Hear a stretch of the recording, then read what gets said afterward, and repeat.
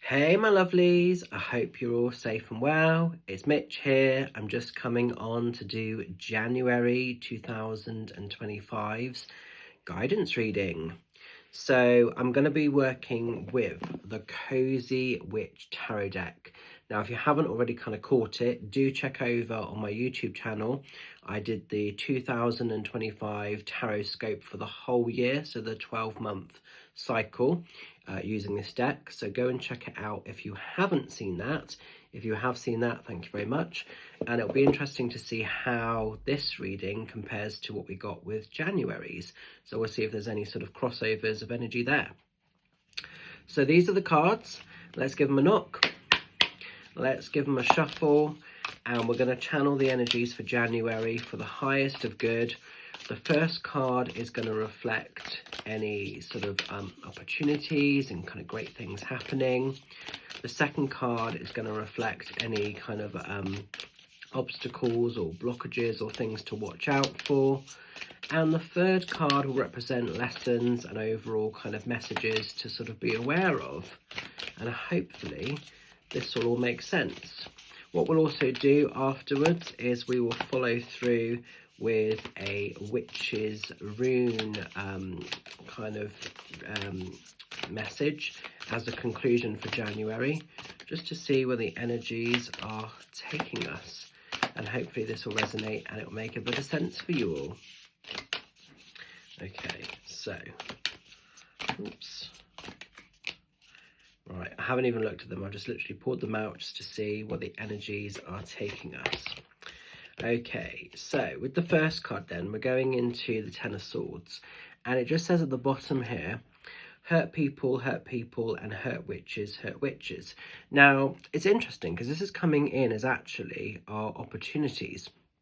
So 10 of Swords is usually a time when we're feeling a little bit flat, we're feeling a little bit vulnerable, maybe we're feeling a little bit burnt out, or maybe we're feeling really burnt or let down by physical people.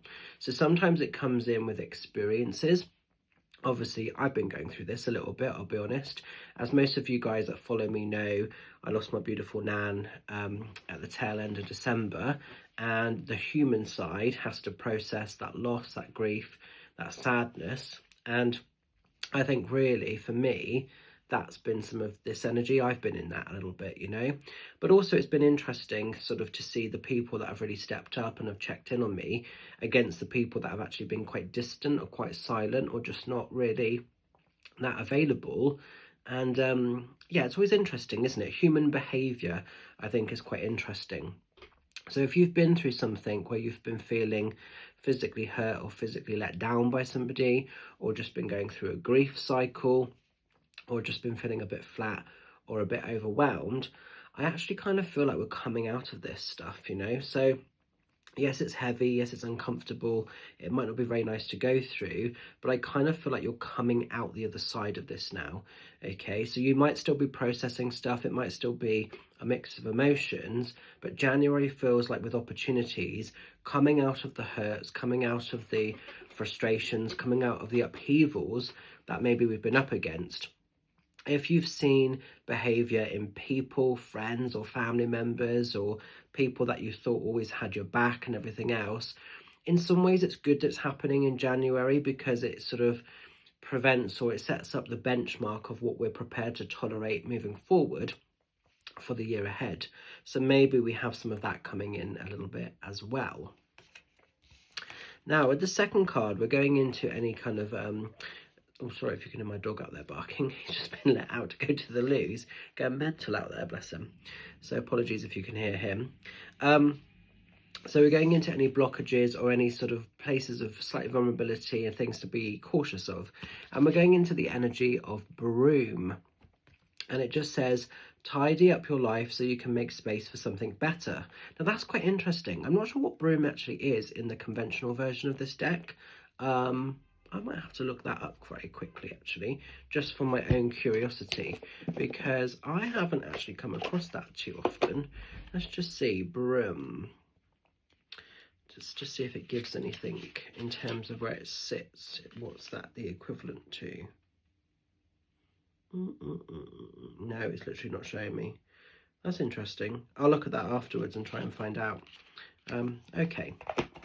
But Broom in this deck is literally sweeping away the crap, sweeping away the negativity, letting stuff go so that you can sort of move forward. So when we're looking at this in terms of sort of blockages or challenges, maybe it's been quite hard for some of us to sort of sweep the crap away, or to sweep away the stuff, you know, that we don't maybe want to give up on, or we don't want to let go of. But maybe there's a need to. There's actually a need to do this. So even though maybe this can feel a little bit scary or a little bit overwhelming, there's a need to let some stuff go. Again, interestingly for me on a personal level, I know that with my nan, family have got together and are going through her possessions, her stuff, and are physically going through and getting, you know, rid of some bits and pieces and everything else. And that's not nice to sort of have to go through and to see. And a few family members are feeling like it's all happening quite fast, it's happening quite quick. Although on the higher conscious side of things, it's part of the cycle. It has to be done at some stage. There's never a nice time, there's never a good time to do it, but it does have to be acknowledged. But I think Broom, for you guys, you know, sweeping out the crap, sweeping out the old to make way for the new. And if you need to let physical stuff go, people, places, circumstances, physical items, just energy you're buying into, let it go, move it along. It will be worth it in the long term, even if it doesn't always feel like it in those immediate spaces. And our lessons, Page of Pentacles energy coming in here, and it just says, when life gives you lemons, make enchanted lemonade. I just think this is making the best of tricky situations.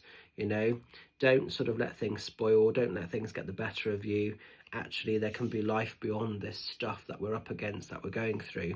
So in January time, if it's been heavy, if it's been hard work, if it's felt a little bit overwhelming, it's almost like get your ducks in a row and actually see the bigger picture. Like it says, when life gives you lemons, when life gives you shit, make lemonade, make enchanted lemonade, make something positive from a negative situation as best as you can. It's not always easy, it's not always possible. In the case of grief and loss, all we can do is hold on to the memories, hold on to those beautiful connections that we got to have with those people. Yes, it's awful that they've passed to spirit. It is upsetting, it is crap. It does make us feel like shit. But also, how amazing that we got to have that time, those adventures, those connections with those people, you know, if that's something you're going through. This might be a completely different setup for you, but you will see what it is for you and you'll resonate it for you in the way that you need to. So I hope you can make sense of those. We'll follow through with a cheeky witch's rune and see what's happening for January for the collective. So I'm just going to channel these witches runes for the highest of good. Sorry, like my husband's got all the loud stuff going on. Dog's barking in the garden. Now he's decided to put the washing machine on. So I don't know if you can hear that spinning in the background. So sorry about that, guys. Okay, so we have the rune of woman coming in. Now, rune of woman is a time for healing. It's a time for pausing. It's a time to just check in with you, giving yourself that love, that recognition, that nurturing energy. Sometimes it can feel like we're going down sort of different paths, different sort of avenues, and it can all feel a bit confusing, but there's a main sort of track and it leads to something fabulous. So some of you might feel like you're in a stage of limbo land. Some of you maybe feel like you're off course at the moment. Some of us are just needing to heal. Some of us are just needing to give ourselves some time for nurturing, love, self-care, healing, just kind of TLC. And once we've got that in place, we can then move forward on the path, move forward on the road ahead. It's almost like that motherly love that comes in with the rune of woman. So if you're needing to kind of be that maternal energy for yourself, give that. Maybe you are doing this for somebody physically around you. And if you are, and if they need that care, if they need that love, then be that person if you're able to be that person for them in those moments of vulnerability.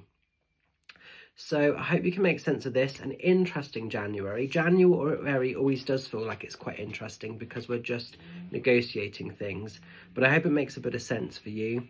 Keep shining bright, stay fabulous, look after yourselves. I will look forward to connecting and seeing some of you lovelies in January for sort of private one-to-one readings, either on Zoom, WhatsApp or Facebook to see what's happening. Or I might be connecting with some of you at the in-person events that we've got going on. I'm at some beautiful shops as well as a couple of spirit fairs. So it'd be great to see you in person for a private one-to-one if you feel connected to. So have a cool one, look after yourselves, see you soon, much love, bye for now.